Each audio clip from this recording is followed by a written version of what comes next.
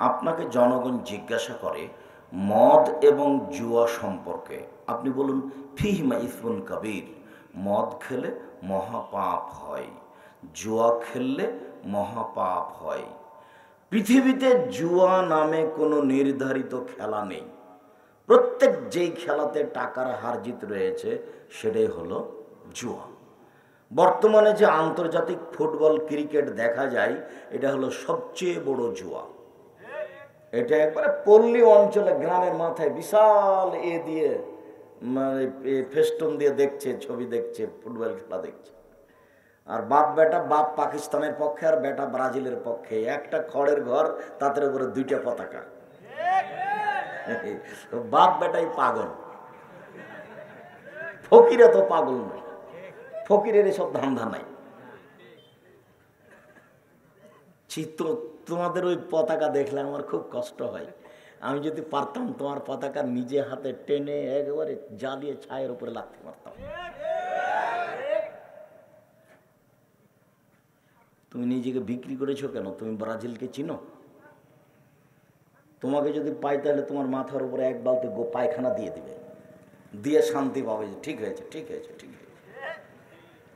ওরা ইহুদি, ওরা খ্রিস্টান।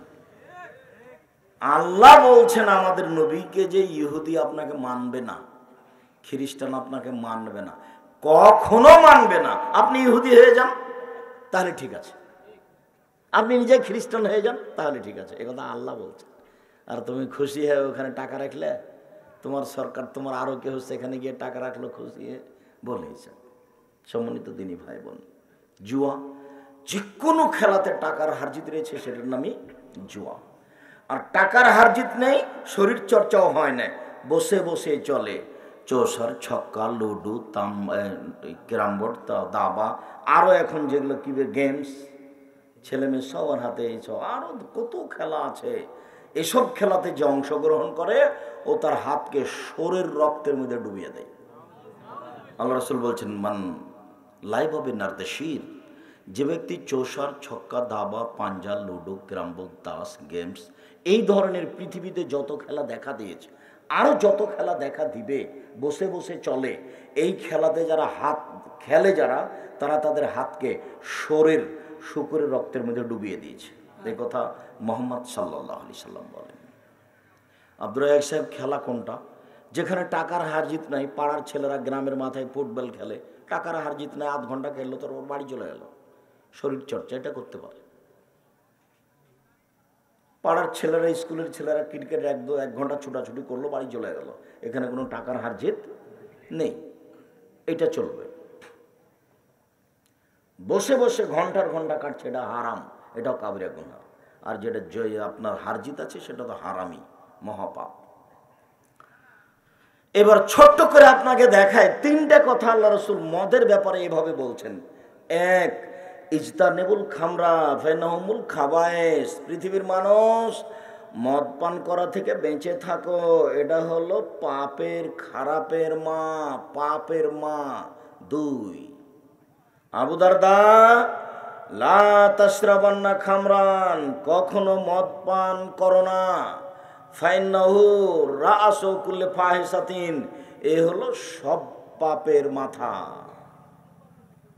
মাছ, কখনো নেশাদার দ্রব্য পান করো না, ফাইন্নাহু মিফতাহু কুল্লি শারিন, এ হচ্ছে সব পাপের চাবি। তিনটে, এক পাপের মা, দুই পাপের মাথা, তিন পাপের চাবি। এগুলো মুহাম্মদ সাল্লাল্লাহু আলাইহি ওয়াসাল্লামের মুখের ভাষা। তো পাপের চাবি বলে কি বললেন? চাবি তোমার কাছে আছে, তালাটা খুলে দাও, ভিতরে সব কিছু দেখতে পাবা। মদ খাও, এখন সব পাপ করতে পারবা, বুদ্ধিতে নেই। মাকে গালি দিতে পারবো, মায়ের সাথে জেনা করতে পারবে, কোনো সমস্যা নেই, বিবেক তো হারিয়ে গেছে। মদ খেলে এটা পাপের মা, মানে এটা আসল পাপ, বাস বাকিগুলো এমনি হবে। এটা হলো পাপের চাবি, এটা হলো পাপের মাথা, এটা হলো পাপের মা, এই জন্য এগুলি। এবার শোনেন, অবাক পাপ।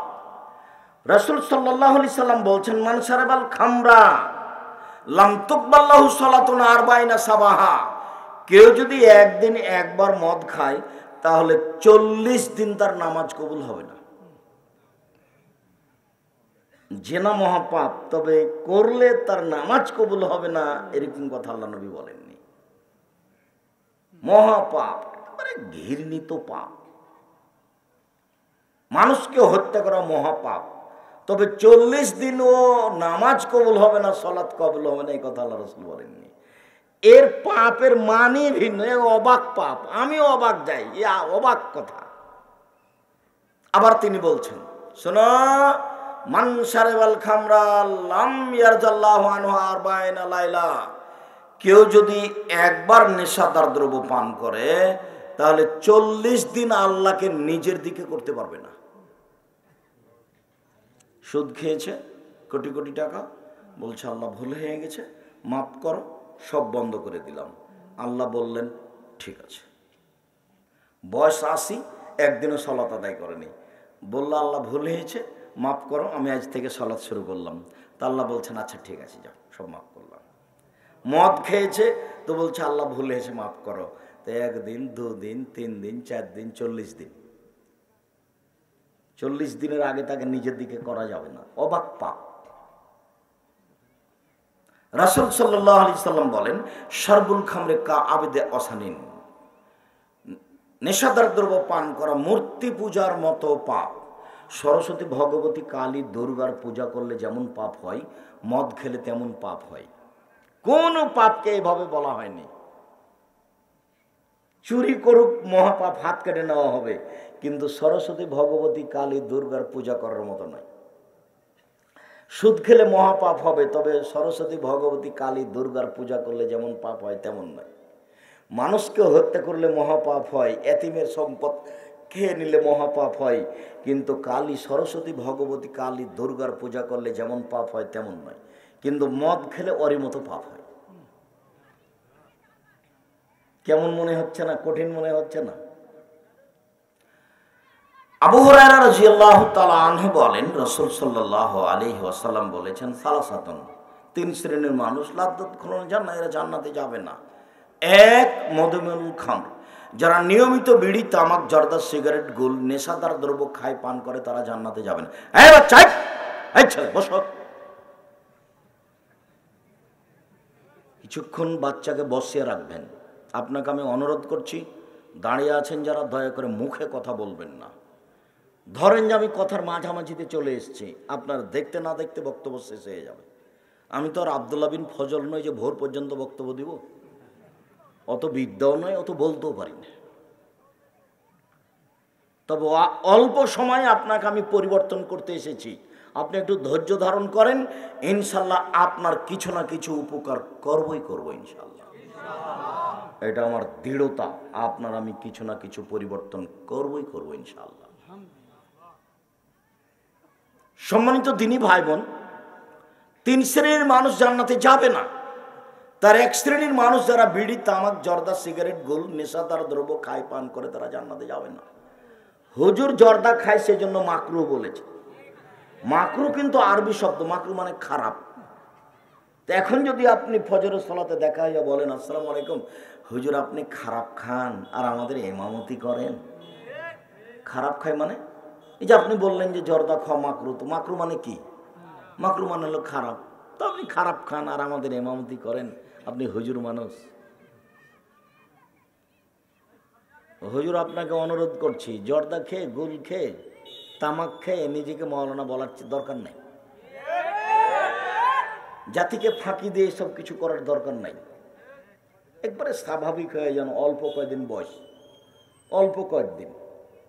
আর তোমাকে বলছি, ক্ষমতা দেখে 1 ঘন্টা বাঁচবা না, বাঁচার দরকার নেই।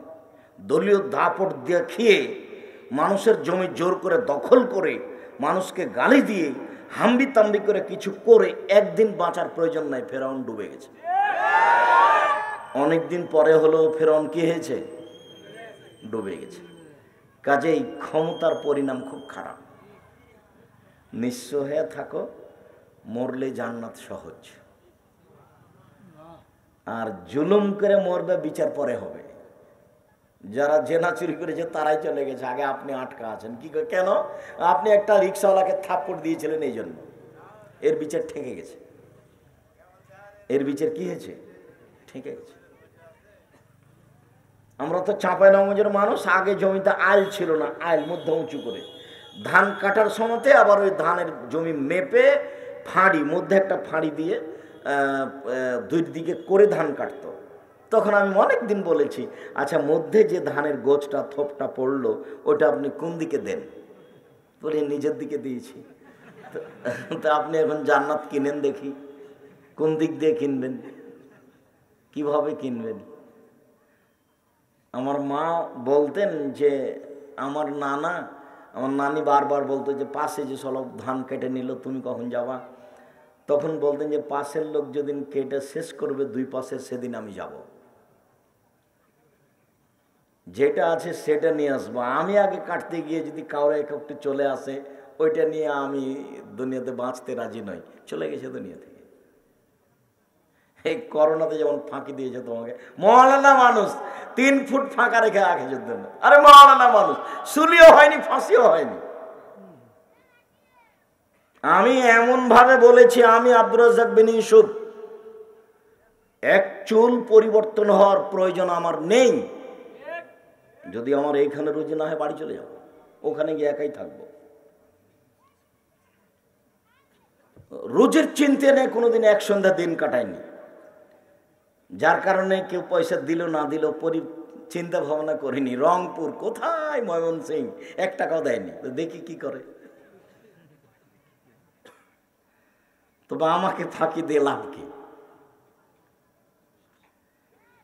আমি জাতিকে ফাঁকি দিইনি, জাতিকে ফাঁকি দেওয়ার প্রয়োজন মনে করি না। জাতির যদি রাস্তাঘাট করে দিতে না পারি, জাতির যদি স্কুল কলেজ করে দিতে না পারি, জাতিকে চূড়ান্ত সঠিক ধর্ম দিতে পারবো ইনশাআল্লাহ। ধর্মের ব্যাপারে জাতিকে ফাঁকি দিয়ে পরকাল হারাতে রাজি নই।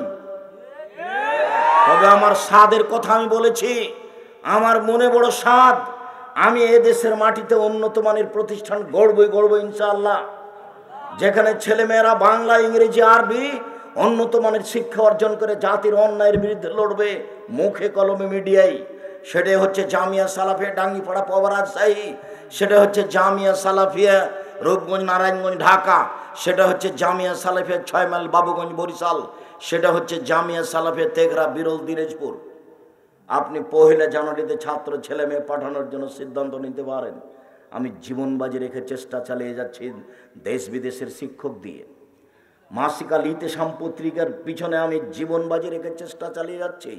জামিয়া সালাফের মুখপাত্র পত্রিকা মাসিক আল ইতেসাম পত্রিকা, যাতে 12 জন শুধু মুফতি আছে। জামিয়া সালাফের শিক্ষকের বেতন আছে 10,000 থেকে নিয়ে 70,000 পর্যন্ত। ওদের পিছনে 80-90 হাজার টাকা খরচ হয় প্রতি মাসে। ওদের জন্য থাকা ভিন্ন, ওদের খাওয়া ভিন্ন, ওদের বাবুর্চি ভিন্ন। দেশ বিদেশের বাইরের শিক্ষক অনেক আছে,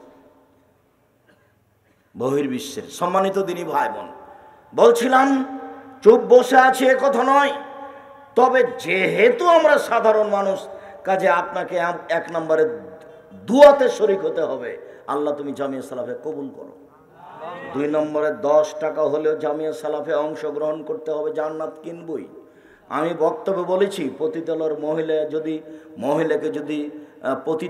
মহিলা যদি কুকুরকে পানি পান করে জান্নাত পেতে পারে, জামিয়া সালাফিয়াকে ভালোবাসা দেখালে আপনার জান্নাত হবে ইনশাআল্লাহ। এখানে কোনো দলীয় ক্ষমতা নেই, এখানে কোনো সাংগঠনিক ক্ষমতা নেই, এখানে কোনো শিরকি ক্ষমতা নেই, কোনো বিদাতি ক্ষমতা নেই। একমাত্র আল্লাহর হস্তে, আল্লাহকে সন্তুষ্ট করার জন্য যে প্রতিষ্ঠান এদেশে চলছে সেটা হলো জামিয়া সালাফিয়া। সেদিন যাবেন 22-23 ডিসেম্বর রাজশাহীতে, আপনার পাশে আছে। আমি জাতিকে দাওয়াত দিয়েছি, বক্তারা বিষয়ভিত্তিক আলোচনা করবে, অন্য কোনো কথা বলতে পাবে না। সেখানে বক্তব্য দিয়ে কাউকে উঠানোর প্রয়োজন নেই, কাউকে নামানোর প্রয়োজন নেই। তার বিষয়ের কথা বলে তাকে চলে যেতে হবে। 22-23 ডিসেম্বর এখানে আপনার বাড়ির পাশে। আর 2-3 মার্চ হলো রূপগঞ্জ নারায়ণগঞ্জ ঢাকা, আর 3রা ফেব্রুয়ারি হলো দিনাজপুর। আপনি অবশ্যই মনে রাখবেন, রাসূল সাল্লাল্লাহু আলাইহি সাল্লাম বলেন, ওয়ার রাজলাতু মিনান নিসায়ে, যারা পুরুষের জুতা স্যান্ডেল পরে এসব নারী জান্নাতে যাবে না। তিন দায়ুস আল্লাহ ইউকিরু ফি আহলি আল খাবাসা, যে তার বাড়িতে বেহায়াইর সুযোগ দিয়েছে ও জান্নাতে যাবে না। তিন শ্রেণীর মানুষ জান্নাতে যাবে না। আবার বলছেন লায়াদখুলুল জান্নাতা আকুন, এক বাপ মাকে মানে না যে, দুই মান্নান খোটা দেয় যে। খোটা দেওয়া বুঝেন কি? মনটা কিন্তু খুব খোটা দিতে চাই। গরিব মানুষ আমাকে বলছে যে আব্দুর রাজ্জাক সাহেব আমার প্রতি একটু দয়া করুন, 20,000 টাকা দেন, আমি একটা ভ্যান কিনতে চাচ্ছি। আচ্ছা ঠিক আছে যাও, দিয়েছি। পরের দিন বিকালে বলছে আহমদ ভ্যানটা নিয়ে এসো তো তুমি। আরে কয়েকবার বললাম নিয়ে আসেনি। পরের দিন সকালে দেখা হয়েছে, তখন মনটা বলছে ওকে বলি একটু, বোঝে বেকুফ, তো কাল কাশর উপরে ডেকেছিলাম আসিস নি কিনা রে। মনটা চাচ্ছে কিন্তু, এই জন্য এটা মহাপাপ। টাকনুর নিচে প্যান্ট পরাটা মহাপাপ কেন? অবাক হতে হয়। আমি টাকনুর নিচে প্যান্ট পরেছি, তা আমি তো কারো চুরি করিনি, আমি তো জেনা করিনি, আমি তো নামাজ সালাত ছাড়িনি, আমি তো রমজান মাসে রোজা বাদ দিইনি, আমি তো কারোর গায়ে থাপ্পড় মারিনি।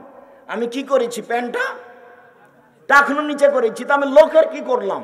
এটা কেন এত বড় পাপ যে ওর সাথে আল্লাহ কথাই বলবেন না বিচারের মাঠে? কেন? ওটা মনের সাথে জড়িত, এই জন্য মনটা বলছে যে নিচে থাক, নিচে থাক।